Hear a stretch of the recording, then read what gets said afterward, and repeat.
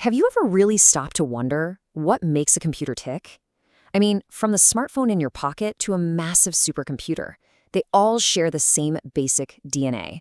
So let's break down the anatomy of a computer system, but we're going to use an analogy that I promise you will not forget. Okay, to kick things off, let me ask you a kind of a weird question. What are you made of? And what is your computer made of? Now, I know it sounds like a strange comparison, but trust me, the answer is the key to understanding, well, everything that's about to follow. Let's just think of a computer as if it were a person. So your physical body, your bones, your organs, all the stuff you can touch, that's the computer's hardware. Your mind, with all its thoughts, memories, and skills, that's the software. And your consciousness, the thing that gives you a purpose and lets you experience the world around you, well, for a computer, that's users and data. Let's dive into each of these parts. First up, let's talk about the physical form, the tangible stuff you can actually hold. We're talking about the computer's body, its hardware. So what is hardware? It's simple, really. It's all the physical components that make up a computer system. You know, the circuits, the chips, the plastic casing. If you can physically touch it, it's hardware. It's basically the skeleton, the muscles, and the nervous system of the machine. The central processing unit, or the CPU, that's the computer's brain. It's doing all the heavy lifting, all the calculations. Then you have RAM, which is its short-term memory. It holds whatever you're working on right now for super fast access. The motherboard, think of it as the skeleton that connects everything together, while the hard drive is more like long-term memory, where all your files and memories are stored. And of course, the keyboard, the mouse, the screen, those are the computer's senses, letting it take in your commands and show you the results. But here's the crucial point. All of that amazing hardware, all those incredible parts, they're completely and utterly useless on their own. A body without a mind is just a collection of parts. It can't do anything, it needs instructions. It needs a purpose.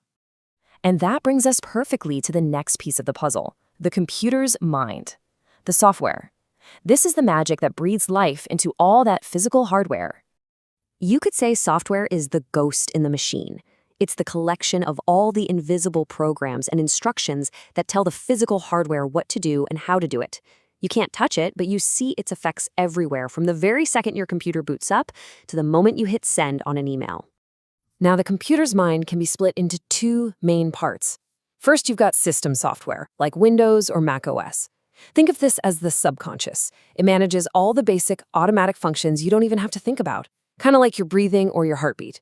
Then you have application software, things like your web browser, photo editor, or your favorite game. These are like your conscious skills, the specific tasks you choose to do, like painting a picture or writing a novel. Okay, so we've got a body in the hardware and a mind in the software. It can handle its basic functions. It even has specific skills it can use. But it's still missing two absolutely critical things, right? A will to act and something to actually act on.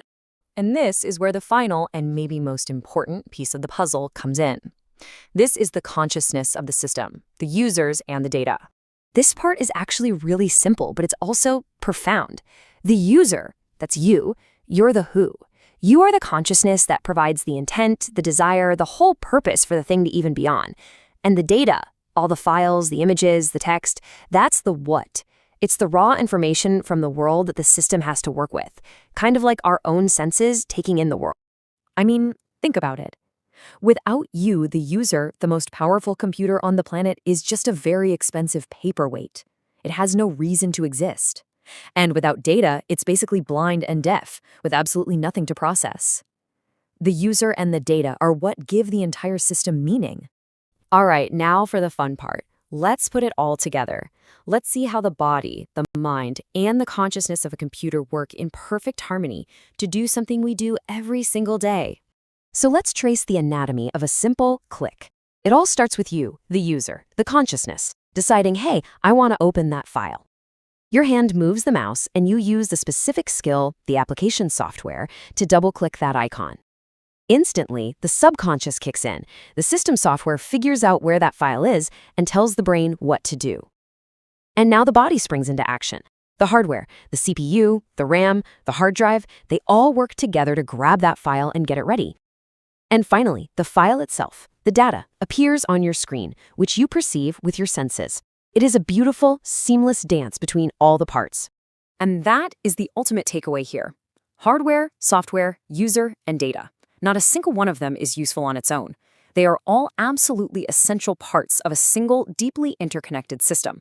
You take one away, and the whole thing just falls apart. A computer isn't just a machine. It's a complete system. And in a way, it's kind of built in our own image. So I want to leave you with one final fascinating thought. We've defined the user, you, as the consciousness of the system, but as software, as AI gets smarter and smarter and starts making its own decisions and even generating its own data, you have to wonder, will that line between the computer's mind and what we call its consciousness start to blur? It's definitely something to think about.